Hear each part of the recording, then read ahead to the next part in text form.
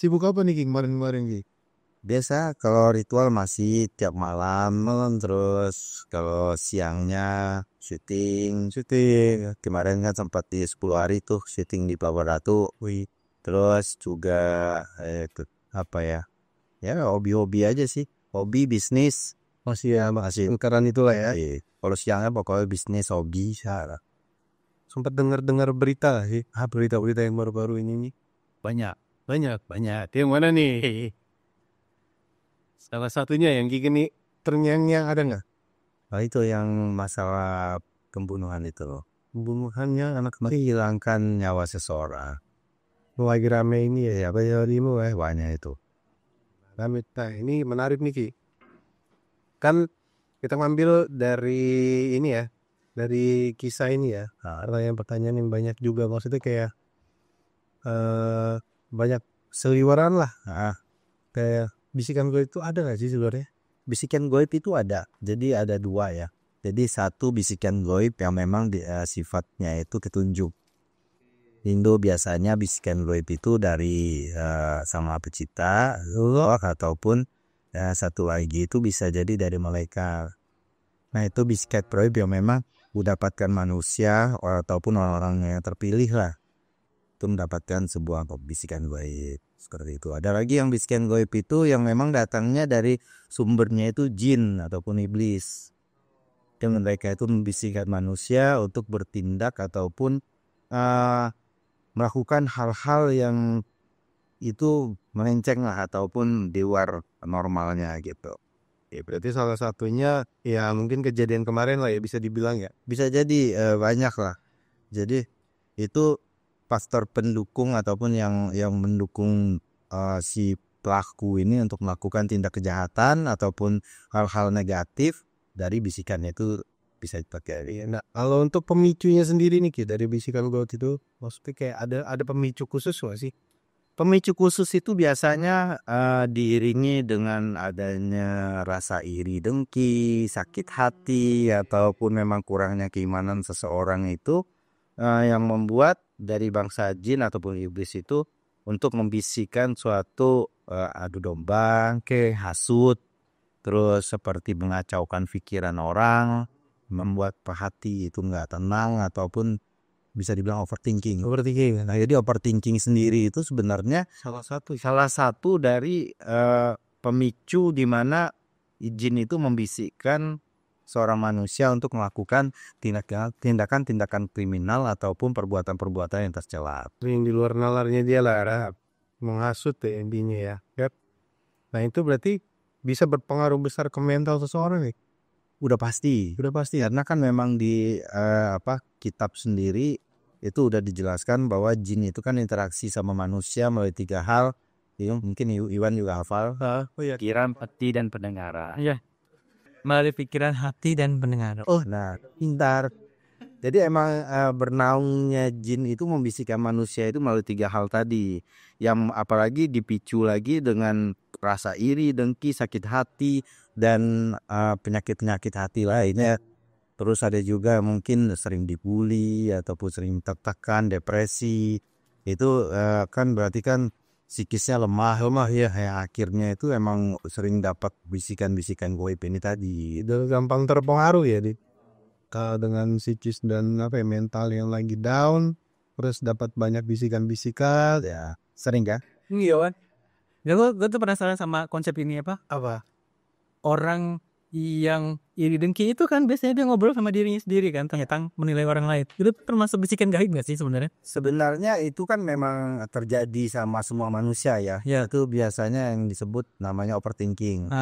Terlalu overthinking itu. Terlalu jauh memikirkan suatu hal ataupun mengkaji suatu hal yang telah terjadi ataupun belum terjadi sebelum ataupun sesudah yang akan terjadi. Dia memikirkan itu terlalu berlebihan sehingga timbullah perasaan-perasaan dan sifat-sifat kayak panik, terus nervous kan tadi panik, terus juga terlalu over untuk mempersiapkan suatu hal. Jadi ada terbagi lagi bermacam-macam overthinking ini. Overthinking dalam hal pergaulan, dari pekerjaan, mungkin sekolah, terus juga ada juga hubungan berpasangan, ada kun enggak gitu ya. Itu overthinking itu memang banyak terpecah-pecah lagi. Ada yang mungkin salah satunya contohnya gini. Kalau di kerjaan itu kayak kita mau syuting nih. Akhirnya kita udah siapin materi. Akhirnya tiap malam itu kita tuh mikirin terus tuh. Wah, besok pas syuting pertanyaan ini pantas gak ya? Terus gue bakal maksimal gak ya menyampaikan pertanyaan ini, terus ataupun menjawab presentasi atau apa. Nah, akhirnya terlalu kita banyak memikirkan itu, waktu banyak terbuang. Itu yang bikin makin berantakan gak sih? Iya, yang akhirnya jam istirahatnya habis untuk memikirkan hal-hal yang tidak penting itu tadi. Wih, Apa nih? udah kayak ketoprak Iklan. Sponsor ya, sponsor ya nggak masuk ya lu? Nggak masuk sponsor berarti. ya. Yang akhirnya overthinking itu emang menguras semua pikiran, tenaga, dan yang akhirnya kita pengen totalitas, pengen maksimal, jadi nggak bisa karena kurangnya istirahat tadi kan emang membuat seseorang tidak jadi fokus, dan yang udah kita persiapkan untuk presentasi dan kerjaan tadi berantakan semua gitu. Nah, kalau untuk bisikan apa sih gaib sendiri ini nih, berasal itu dari mana sih, Ki? Apakah berasal dari jin, lembu, ataupun Lembut. but dan lainnya? Apa? Jadi kalau bisikan goib ini sendiri, tadi kan udah kita jawab di awal, itu bisa yang baik apa yang buruk. Kalau udah yang buruk, itu udah pasti dari bangsa jin. Tetapi pengaruh itu tidak 100% dari mereka. Mereka hanya masuk ke dalam pikiran manusia itu persekian persen, jadi tidak sampai 50%. Oke, jadi suara hasutan, suara bisikan itu hanya persekian persen. Tinggal bagaimana manusia ini mengolahnya.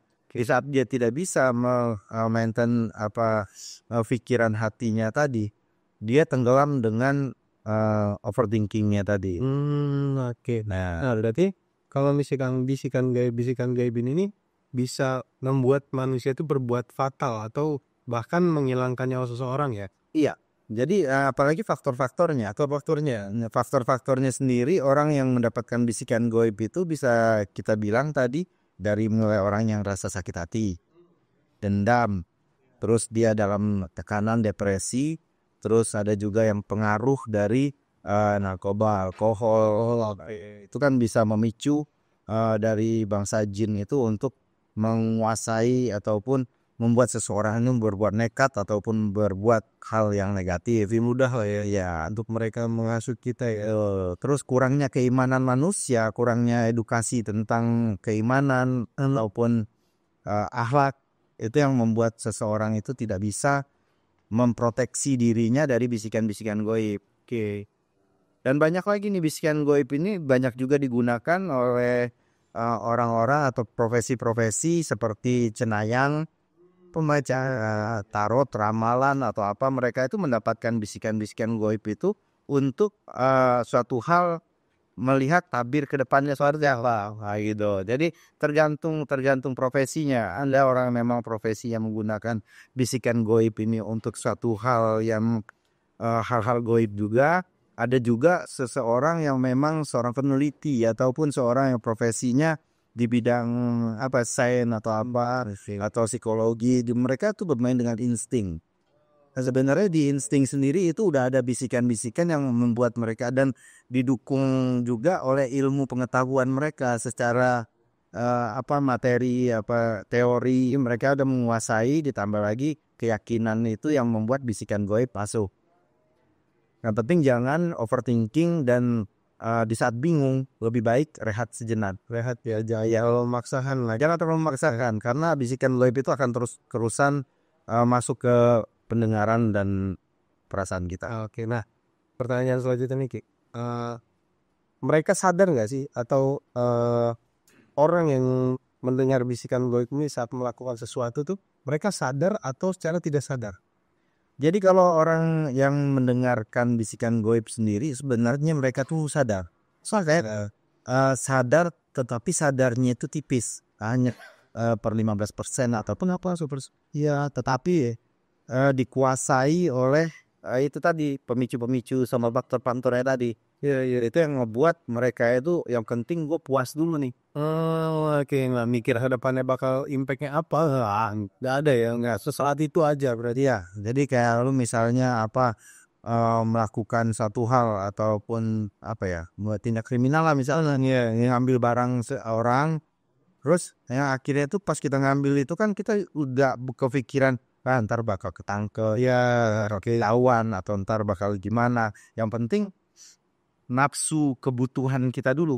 Oke, Beda sama sifat ya. beda-beda ya. Nah, kalau orang sifat itu udah dikuasai 100%.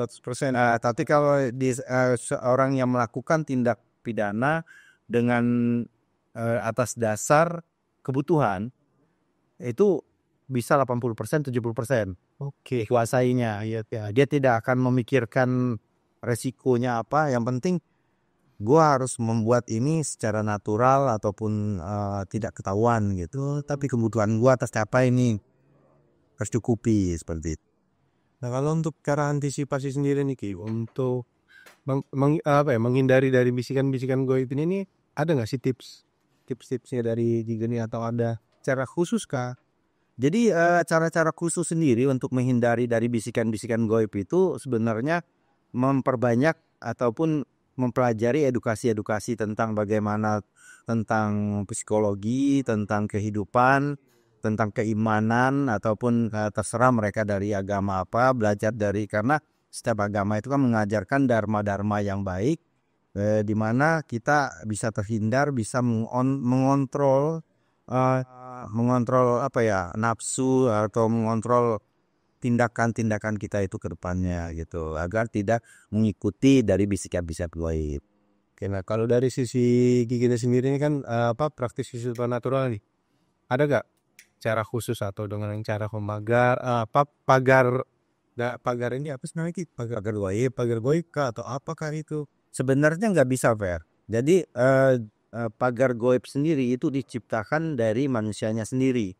Oke. Dari tadi edukasi, terus sesi konsultasi. Jadi makanya bedanya di kita itu ada sesi konsultasi. Di situ kita akan mengupas, menjelaskan secara teori metafisika, teori psikologi ya, dan teori klinik. Oke. Ya, jadi itu digabungkan semuanya di saat konsultasi. Makanya orang yang datang langsung ke sini itu akan kita jelaskan semuanya. Karena kan kalau kita berbicara sendiri, kita kan produk macam-macam, ada 2 macam nih. Ada yang memang susu, kayak susu sendiri itu mungkin nanti jelasin pakai konsultasi aja. Terus sama pelet itu juga ada tindakannya, karena kan memang diritualin ada dari 2 belah pihaknya. Itu bisa terserang juga dari bisikan-bisikan goib kalau mereka tidak paham. Makanya ada sesi konsultasi untuk mengontrol biar dia tidak diserang oleh si kita kirim ini tadi. Kita berbalik lah ya intinya ya. Ini ada pertanyaan dari Yuan nih. Iyalah kita. Jadi itu ya yang bikin penasaran tuh sejauh itu, misal suatu hari ada yang datang ataupun mungkin pernah datang nih, gitu kan. Sebenarnya keluhannya itu sering mendapatkan bisikan-bisikan gaib. Tapi kayak gini sebenarnya tahu bahwa orang ini sebenarnya bukan berdasarkan bisikan gaib, tapi lebih ke masalah medis. Ya kan? Iya. Ya gimana sih? Kayak gini jelasin ke dia. Kalau ini sebenarnya medis loh gitu. Jadi sebenarnya kalau dia misalkan kayak medis itu kan psikologi medis ya.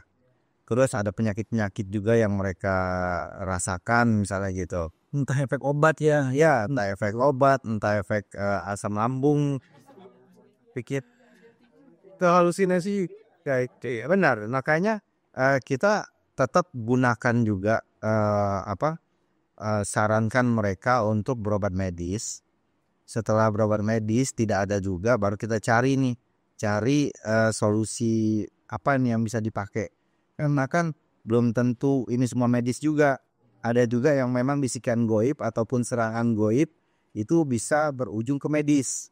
Iya, akhirnya ya. Akhirnya ke medis. Ya, makanya di situ kita memang suruh mereka ke medis dulu, terus kita tanya pola hidupnya seperti apa, yang mereka rasakan seperti apa, terus kita tindak dulu dengan biasanya tuh yang simple itu ruatan. Jadi si ruatan itu kan mempunyai filosofi yang dalam untuk tentang pembersihan dari sebenarnya bukan pembersihan energi negatif, tapi untuk menyeimbangkan antara positif dan negatif di dalam tubuh. Makanya sebenarnya kalau orang bilang di dalam tubuh orang itu wah negatif nih, ada aura negatif, harus dibersihin, harus dihilangkan, gak bakal bisa karena hidup ini kan semuanya keseimbangan. Harus diseimbangkan ataupun ditonjolkan dominannya yang positif gitu. Jadi positifnya ditonjolkan, yang negatifnya bisa terkontrol. Berarti itu tuh secara langsung ruatan itu sebenarnya bukan menghilangkan energi negatif, tapi lebih ke mengontrol energi negatif. Iya, mengontrol energi negatif, dan kita ajarin juga kan memang di saat ruatan itu kan kita emang harus dalam posisi rileks, tenang. Makanya ada 7 rupa itu kan kalau di Jawa itu kan pitulungan gitu kan. Terus ada kembang-kembang juga yang memfilosofikan tentang sifat baik, sifat buruk, atau apa kenangan-kenangan yang pahit atau itu. Makanya sebenarnya sih sesinya seperti sesi meditasi jatuhnya. Tetapi dengan kekuatan supranatural, kekuatan yang di luar nalar manusia lah. Gitu. Untuk menekan aura-aura negatif itu sendiri. Iya, jadi lebih ditonjol. Jadi kayak lu misalnya punya masalah nih, kan aura lu pasti jelek nih lah gitu kan. Akhirnya lu cerita, gue punya masalah yang gini kompleks banget gitu kan. Nah, terakhir gue bilang yaudah lu mandi dulu, mandi ruatan dulu, pembersihan. Habis mandi kan otomatis ada relax si tenangan. Di saat ketenangan baru kita bercerita lagi, mencari solusi dari masa lalu tadi. Berarti lu harus melakukan mungkin dari kerjaan, keluarga atau teman gitu kan. Lu harus membuat sebuah produk nih Fer, untuk bisnis lu lebih lancar gini. Lu harus personal branding Fer, gini. Lu harus mencari mitra nih. Gimana caranya? Mitranya kayak gini. Gue kasih nih cara-caranya. Di situ konsultasi tadi. Gue bakal kasih dalam segi apapun, semua macam sudut gue ceritain dan gue kasih solusinya. Sehingga lu, oh iya ya bener ya gitu. Di saat lu udah tenang, udah Lebih terbuka lagi. auranya lebih bagus ya.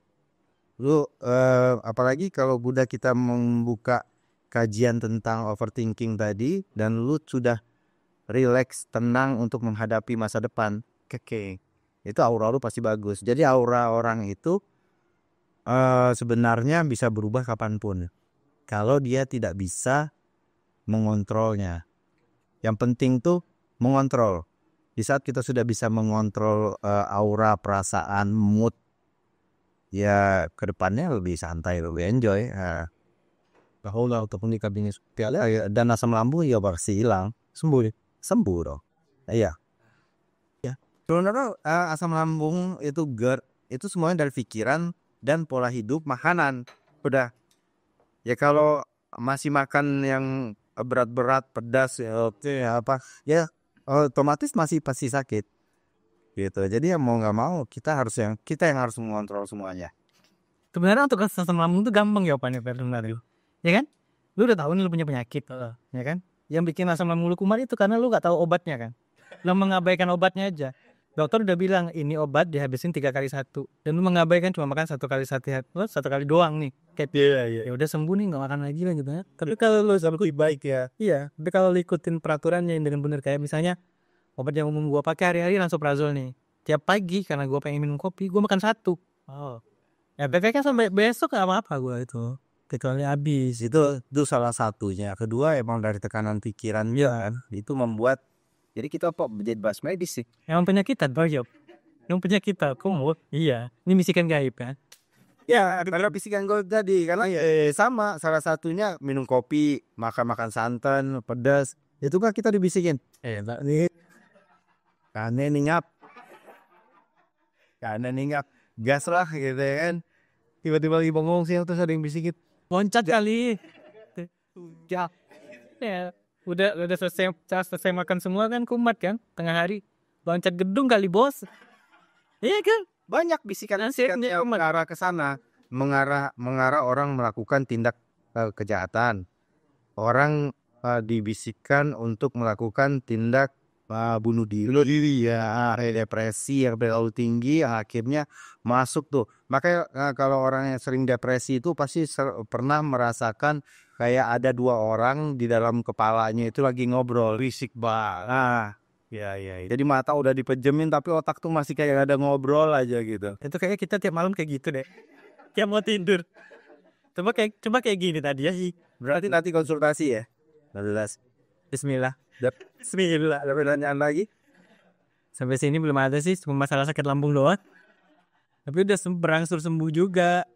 Iya. Ya, aku tuh sampai ini karena terlalu banyak yang ku kerjain dulu. Jadi ada bisnis juga jalan, terus ada dua ritual yang ngebuat kita nggak tidur malam, kurang tidur, terus ngerokok terlalu banyak, ya kan? Terus Lupa jam makan. ya, makan pun ngasal, jadi sukanya kan emang yang pedas-pedas, karena kan lidah Sumatera, ya kan? Lidah Sumatera maunya yang pedas-pedas, yang asem-asem gitu kan? Ya stres salah satunya sih, memikirkan kerjaan dan lain-lain. Terlalu padat aktivitas juga lah. Ya akhirnya tau nggak lu gimana caranya biar lu nggak stres? Ini kuncinya. Nafas. Membuang karbon dioksida dalam nafas, dalam tubuh. Tidur lah berarti jawabannya. Enggak, sering kalau lagi bengong kita nih, lu bayangin nih. Enggak itu ya. Beneran deh, itu kan Enggak, itu justru lepas. Oh iya. Coba lu tarik nafas. Kaku nggak? Apa ibaratnya tegang nggak? Iya. Coba lepasin. Relax. Berarti karbon dioksida keluar. coba lu tahan lagi nanti. Berarti yang lu dong. Tahan sampai orang rame.